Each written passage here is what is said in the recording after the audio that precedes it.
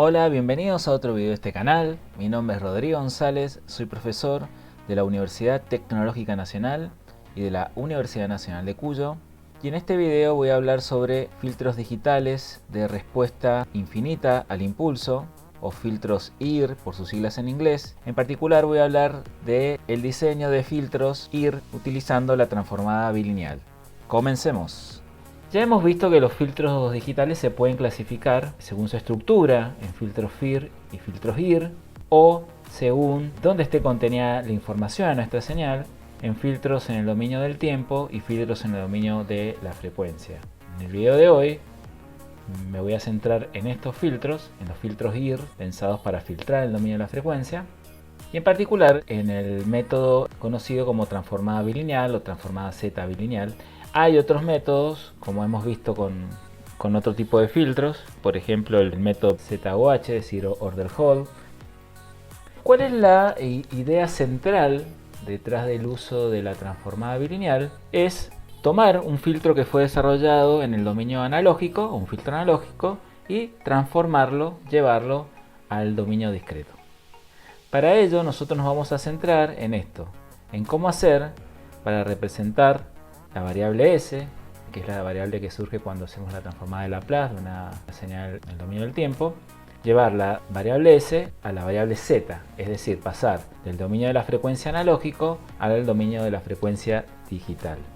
Entonces, ¿qué vamos a hacer? Bueno, vamos a reciclar toda esta teoría que hay para el diseño de filtros analógicos. Estos filtros los vamos a digitalizar, los vamos a llevar al dominio digital. Típicamente los filtros que uno estudia cuando estudia filtros analógicos son el filtro de Butterworth, los filtros de Chebyshev, porque hay dos filtros, tipo 1 y tipo 2, filtro elíptico, y hay un par más también. Cada uno de estos filtros tiene diferentes características según el ripple en la banda pasante o el ancho de la banda de transición, es decir, cuán abrupto es el corte que puede ofrecer el filtro para pasar de la banda pasante a la banda atenuada. Veamos cómo se plantea encontrar la transformada bilineal. También se la conocen como transformada de Tustin o método de Tustin. Un poco de matemática. Fíjense, lo que vamos a plantear es lo siguiente. Vamos a proponer la ecuación de un sistema que tiene una salida U y una entrada E, y este sistema está definido por un integrador. Ustedes saben que integrar en el dominio de la frecuencia con la variable S es lo mismo que hacer 1 sobre S. O sea, 1 sobre S es un integrador. Si planteamos el área debajo de esta curva, tenemos una señal E en el dominio del tiempo y queremos calcular la integral, que es el área bajo la curva. Podemos plantearlo también en el dominio del tiempo, esta expresión de esta forma, como en U de K, vendría a ser la salida del sistema, es la integral de esta E de t de 0 a K menos 1 más la integral de K menos 1 a K. Sería lo mismo equivalente que hacer la integral de 0 a K, que es lo que tenemos acá en esta figura. Lo que vamos a hacer ahora es utilizar la integración trapezoidal, porque el método de Tustin está basado en esto, en la integración trapezoidal, que es unir estos dos puntos, K-1 y K, que son puntos donde se ha muestrado la señal. Trazamos una línea y de esta forma vamos calculando la integral debajo de la curva. ¿Por qué? Porque esta expresión, la expresión que tenemos en la ecuación 2, es una ecuación analítica, pero lo que nosotros queremos hacer es calcular la integral, y para eso necesitamos un método numérico. Uno de los métodos que existen es la integración trapezoidal. Bueno, esto lo planteamos en la ecuación 3. Entonces decimos que ahora un U de K es igual a U de K menos 1, es decir, lo que sería la señal hasta el instante K menos 1, más T sobre 2 por la integral de este pulso que tenemos acá. Tomamos toda la integral hasta K menos 1, aplicamos el método trapezoidal entre K menos 1 y K solamente. Si esta expresión le aplicamos la transformada Z, entonces tenemos ahora un U de Z, y lo que vamos a hacer es hacer factor común. Vamos a agrupar los U de Z por un lado y los E de Z por otro, porque después queremos despejar E de Z, como tenemos acá. Y llegamos, con un poco de álgebra, a esta expresión, que la vamos a representar de esta manera, como la vemos acá. ¿Por qué? Porque queremos hacer una comparación directa con lo que teníamos en esta ecuación. Entonces vamos a decir que si comparamos la ecuación 1 con la ecuación 6, vamos a llegar a la siguiente expresión. Esta expresión es la famosa transformada bilineal, que nos permite, reemplazando S por toda esta expresión, podemos rápidamente digitalizarla. Vamos a ver ahora que vamos a tener dos frecuencias. vamos a tener una frecuencia en el dominio analógico y una frecuencia en el dominio digital. Estas dos frecuencias las vamos a definir como omega mayúscula, que es una frecuencia analógica que puede ir de menos infinito a infinito, y vamos a definir una omega minúscula, que es una frecuencia digital. Esta frecuencia puede ir de menos pi a pi. Habitualmente así se le encuentra en literatura, en los libros lo van a ver así. ¿Por qué está definido? Digamos, ¿por qué no puede ir de menos infinito a infinito la frecuencia digital? Porque cuando estamos en el dominio digital hay una frecuencia máxima que podemos ver. Esta frecuencia máxima es la mitad de la frecuencia de muestreo, es decir, en radianes, 2pi por f de s sobre 2, donde f de s es la frecuencia de muestreo. Pasada esta frecuencia no podemos ya discernir qué hay en el dominio de la frecuencia. Y se define tanto para su valor positivo como negativo, bien, porque analíticamente aparecen siempre frecuencias negativas. Entonces queremos analizar ahora qué relación existe entre estas dos frecuencias. La frecuencia analógica, omega mayúscula, y la frecuencia digital, omega minúscula. Para esto vamos a hacer lo siguiente. Vamos a decir que S es igual a J omega, o sea, vamos a evaluar a S en el eje imaginario solamente, por lo cual Z debería evaluarse sobre la circunferencia de radio 1. Si Z se define de esta manera, que es la expresión polar de la variable Z, va a ser igual a esto. ¿Por qué? Porque R es igual a 1, porque vamos a evaluar a Z sobre la circunferencia de radio 1. Si planteamos la transformada bilineal, hacemos este cambio, ahora Z lo reemplazamos por su expresión en la circunferencia de radio 1 y operamos, hacemos algún par de cambios, vamos a llegar a esta expresión que tenemos acá.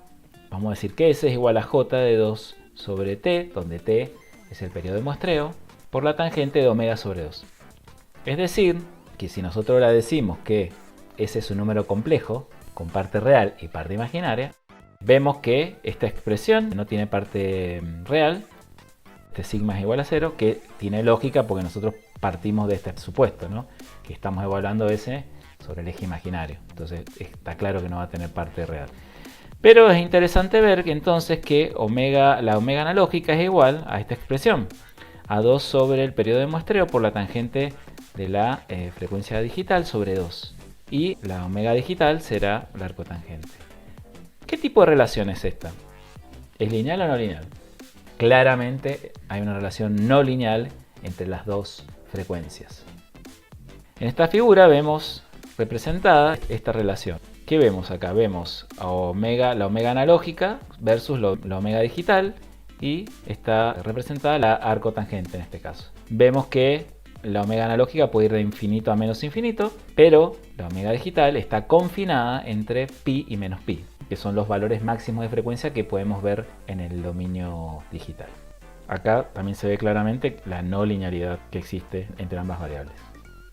Entonces esta relación no lineal que existe entre las dos frecuencias, la omega analógica y la omega digital, plantea algunos recaudos que hay que tener cuando uno va a diseñar un filtro digital a partir de un filtro analógico. Veamos esta figura. Lo que tenemos acá abajo es la plantilla de un filtro en el dominio digital, donde vamos a definir una omega P y una omega S. La omega P es la omega passband, sería la frecuencia de corte, y la omega S es la omega de stopband, de la frecuencia atenuada.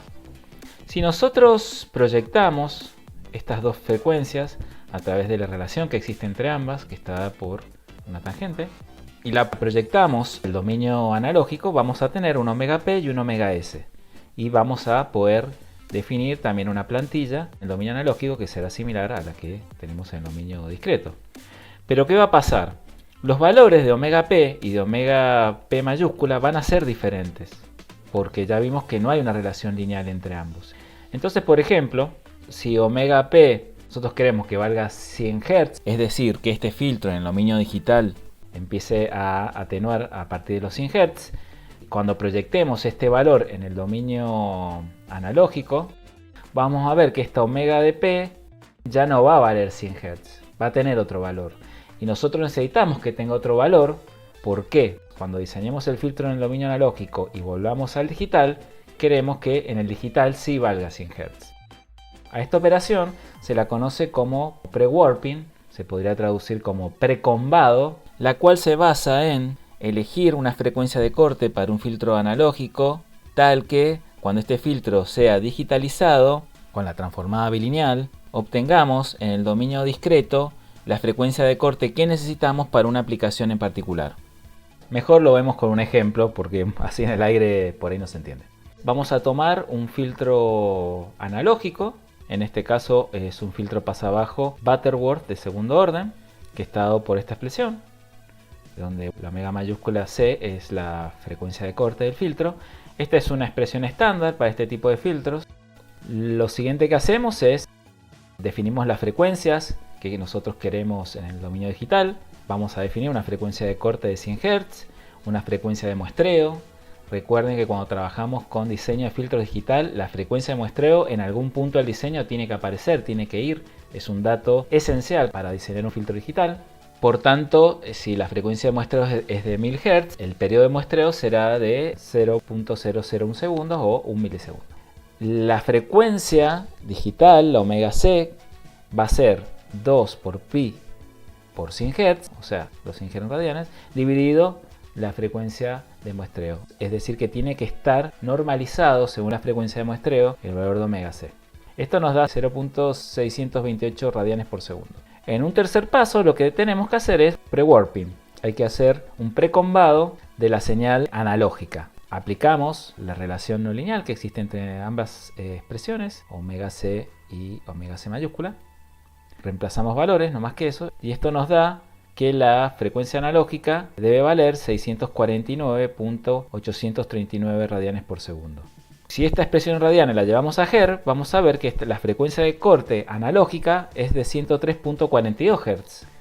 Este es el valor que yo tengo que introducir en el dominio analógico para luego, en el dominio digital, encontrarme con que la frecuencia de corte valga 100 Hz. Eso es pre-warping. Bueno, tomamos la expresión de este filtro Butterworth de segundo orden y empezamos a reemplazar cosas. Primeramente, reemplazamos el valor de la frecuencia de corte que encontramos en radianes. Y luego tomamos la expresión que encontramos de la transformada bilineal. Entonces vamos a reemplazar la variable S por esta expresión en Z. Entonces fíjense que pasamos de una expresión que está en S a una expresión que está en Z. Queda esta expresión que tienen acá.